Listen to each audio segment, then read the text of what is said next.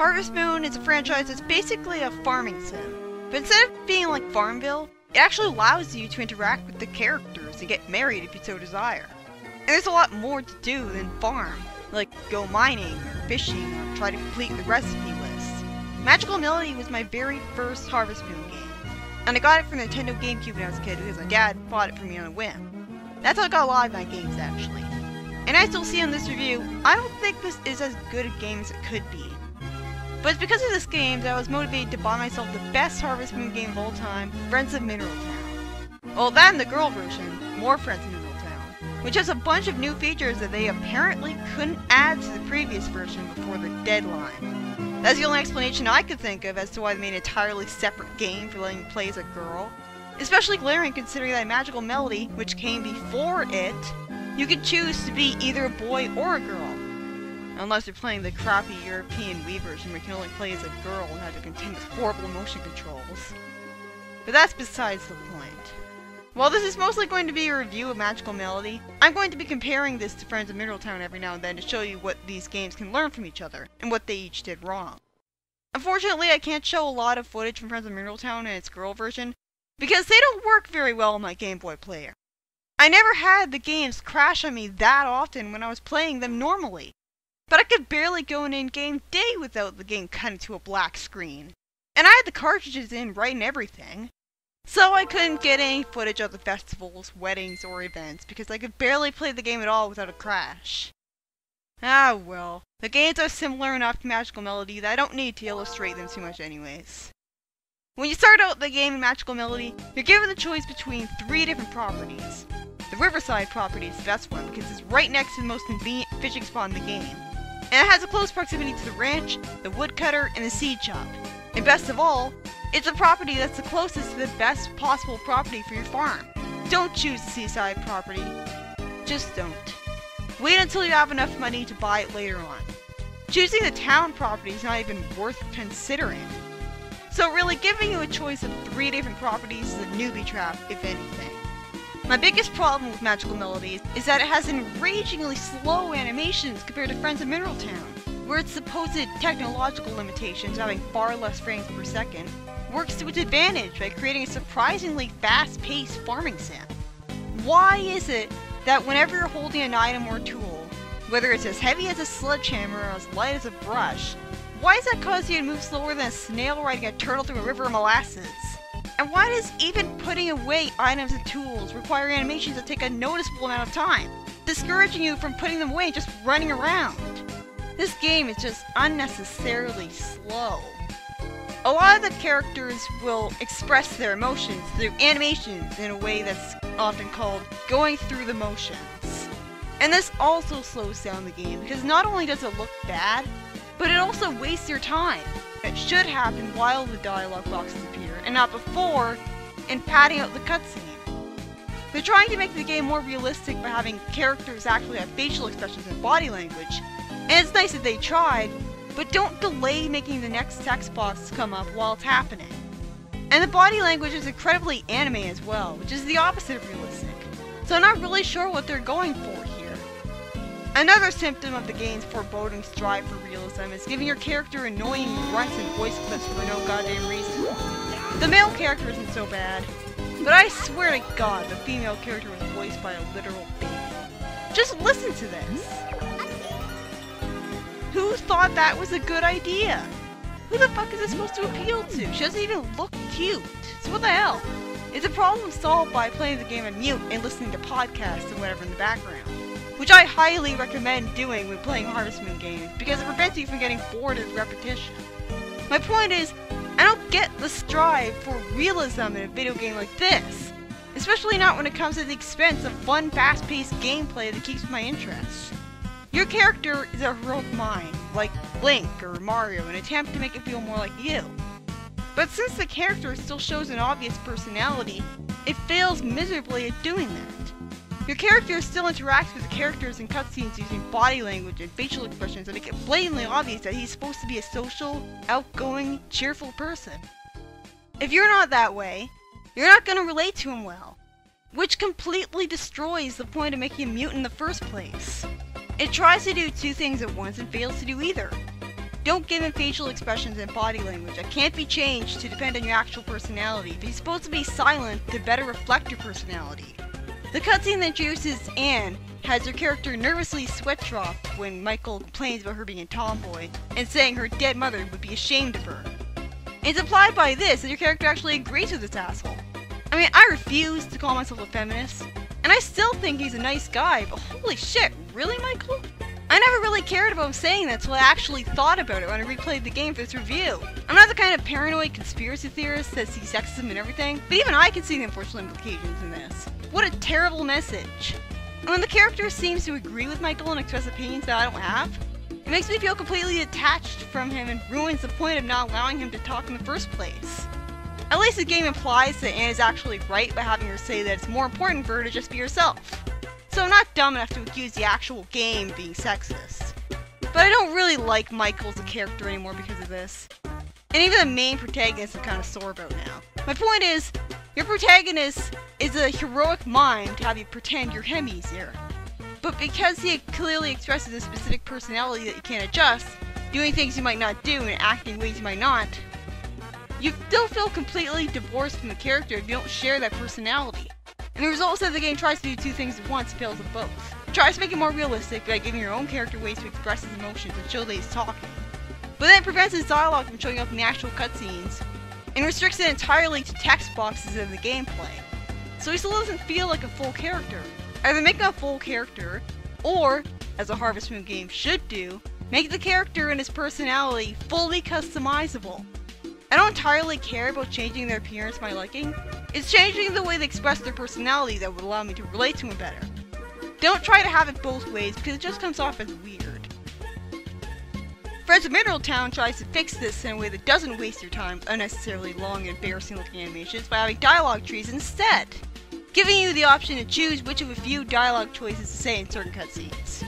In theory, this should allow you to express a personality through your character. But the problem is that you're always forced to choose a nice option anyways because you don't want to decrease the affection of the villagers. So if you want to be snarky or even so much as to be your natural negative self, then you can get used to screwing up hard events and having all the villagers hate you. Be yourself, guys, unless you're not a positive person, in which case fuck you. Seriously, you can't even get away with dry wit that's not even trying to insult anybody, because people just come down on you for being a downer. So you can't get away with being yourself and the game punishes you for it. It's not really a choice if there's only one legitimate option. It's not like a game like Mass Effect or something where you can respond how you want without people treating you like an asshole for being yourself. So while the dialogue trees are a nice effort, you're still not responding the way you actually would because you're pressured to always choose the nicest response anyways. Speaking of dialogue trees, sometimes the option you have to choose in hard events is a complete god dang it. Although you'll probably know what to say when you get them because chances are you won't trigger them because you were following a guide in the first place. Yeah, Harvest Moon games in general are obtuse about a lot of things, and the tutorial doesn't tell you anything you couldn't figure out on your own. It's like the Chow system all over again. So if you don't have good internet and can't look up a guide, Harvest Moon's not really for you. Not unless you're a fan of trial and error and blindly stumbling into things. Harvest Moon Magical Melody's second biggest problem is the extremely frequent load times. Multiple second load times happen every single time you enter a different floor of a building, or if you exit a building, enter a building, or start a festival. And you can always tell when a cutscene is about to happen because the load time is especially long. It's not just the length of the load times that annoys me, it's mainly frustrating just how frequent they are. It's why it's such a pain in the ass that if you want to have the maximum size kitchen, you have to have it on the second floor and sit through a load time every time you go up to it, which will eventually be every day. This game may be the best console Harvest Moon, but it has not aged well. The load times are draining. And speaking of draining, the stamina meter is tiny and drains over the stupidest of things.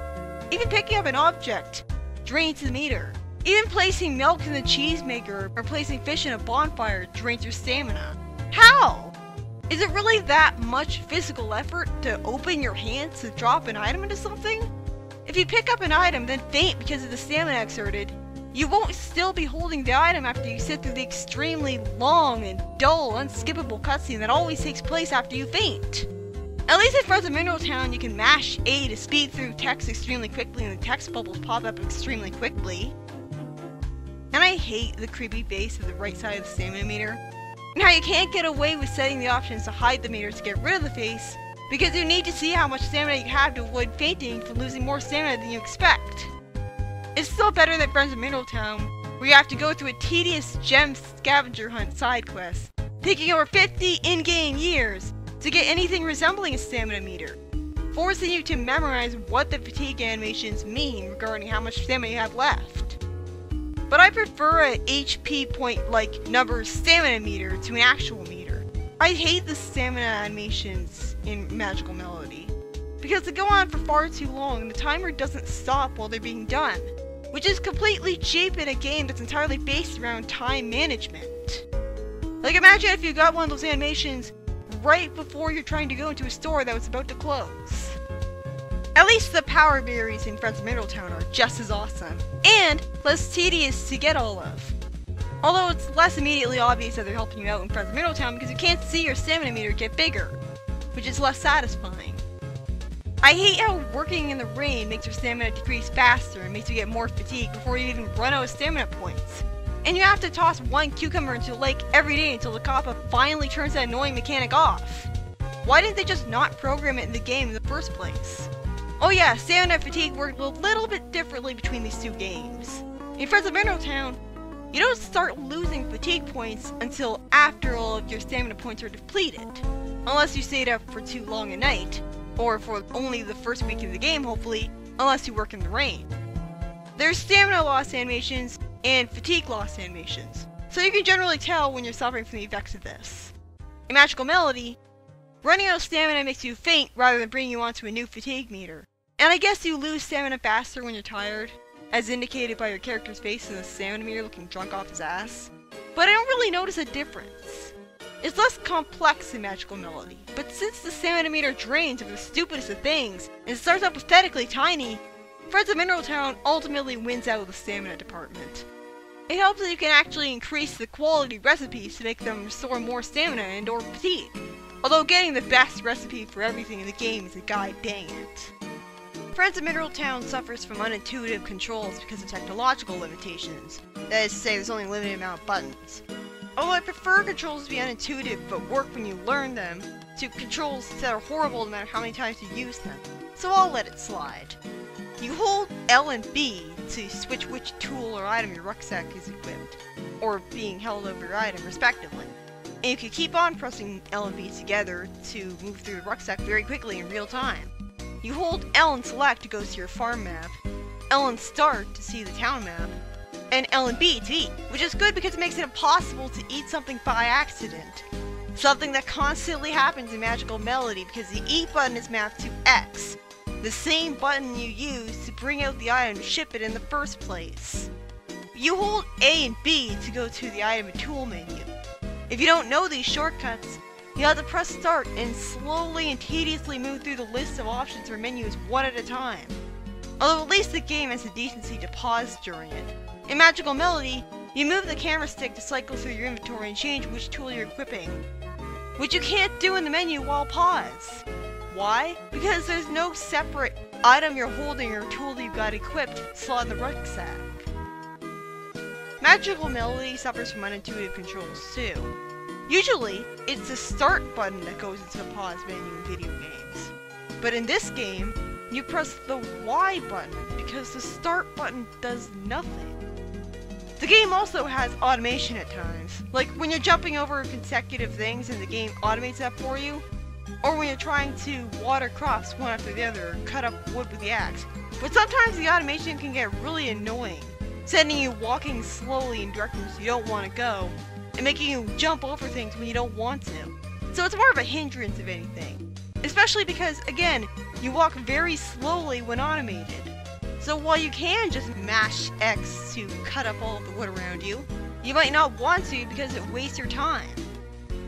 Pressing Z will change the color of the property to reflect whether it's owned by someone else, owned by you, or whether it's public property so you can plant trees on it and raise everyone's affection for you. Although I'm certain that different villagers have their affection raised at different rates for planted trees. Because for some reason, I have Nina and Jamie as the people who love me the most now, Even though Maria is the one I'm constantly giving gifts to and I barely even talk to Nina and Jamie. Z will also show you whether you've given a gift to a villager or fed animal, something that Friends of Mineral Town sorely lacks. Instead, it uses the shoulder buttons for the whistle and the run or walk button. What a great use of the shoulder buttons. This game barely has any buttons as it is. You can't afford to waste buttons. Walking can come in handy, but generally you'll always want to be running in a game based around time management. So it's a good thing you can switch over to running by default in the options menu in Diary. Oh yeah, you know what else pressing Z in the pause menu can do? Send you to your home and make you go to sleep automatically no matter where you are in the game. Yeah, that's nice. You know what would be even better? If pressing Z let me save. I hate saving restrictions in any video game. Why do they think it's a good idea? I will always maintain that Harvest Moon Friends of Mineral Town has the best saving system in video game history, in spite of it only letting you have 2 save files. Because you can save anywhere in the world, at literally any time you want. Well, except for festivals and when time is frozen outside because you just saw an event. But the point is, you can save wherever you want and reload from exactly where you saved. This allows for an incredible amount of save scumming. In fact, since the mine floors are so randomized, save scumming is outright mandatory to get everything from the mines. Save in one file, go down the stairs, and save in the other file slot, and dig around to find the stairs and break rocks to get the item you want if you're looking for it. Then, reload the second save file and dig and smash rocks in the exact spot you did before. No, that's not cheating. It really feels like a test of your skills, in fact, because it tests how good you are at memorizing where items and stairs are. It tests your memorization skills. The reason you want to save before going downstairs is that randomly, for some reason, the mine floor won't have the item you're looking for at all. Or even worse, won't have any stairs to go down. But I've gotten off topic. My point is, I cannot stress enough how perfect this game's save system is. It's even better than Pokemon's because it lets you have more than one save file. Every single game in existence should have a save system like this. If a Game Boy Advance game is capable of this, then more modern games have no excuse. Fuck the concept of save points. Being able to save wherever you want to reload from that exact point is the best way to go about it without a doubt. I'm looking at you, Link Between Worlds. It means that you don't have to repeat any of what you did, and if you want to turn off the game, you can stop playing immediately, instead of having to wait over 10 seconds to get to a save point first. For comparison's sake, the save system Magical Melody sucks because you have to go all the way home and write in your diary to save. And that takes up time in a time management based game. So what you're going to end up doing is only saving at the end of each in-game day. Meaning that you'll lose a lot of save progress if you get a blackout or have something bullshit happen and have to shut off the game without saving. Horse race looking at you. But if you press Z and choose yes to warp home, you won't be prompted to save before you're forced to go to sleep for the day. And why do you need to save every night? Why, that's because of the cheapest and most bullshit problem that every Harvest Moon game has. Typhoons and blizzards. It's impossible for you to go outside when one of these is happening. Thankfully, you can guarantee that you'll never have these by saving every night before you go to bed, checking the weather report the next morning, and if a forecast dwindles, just reload and go to bed again. And the vast majority of the time, you'll change what weather you'll have. It's fantastic that you can do this. Although I prefer it if these things weren't even in the game in the first place. Especially since they destroy and rearrange your crops and fence, and they probably kill your grazing livestock, or at least make them less healthy. The fact that you can't use this technique to prevent typhoons and blizzards from happening is why I rage quit Harvest Moon Super Nintendo. Because eventually I got to a point where I was forced to suffer one, and I quit the game rather than putting up with it. Wow, I talked a lot, didn't I? I talked about the animations, the load times, so basically all the technical problems. I talked about the stamina meter, and I talked about the unintuitive controls that the game can suffer from, and the terrible, terrible save system. And I know it came off as nitpicky, but I do generally like these games. It's just that there's a lot of problems that I noticed when I replayed them. So now that I've gotten all that out of the way, tune in next part where I finally talk about branching.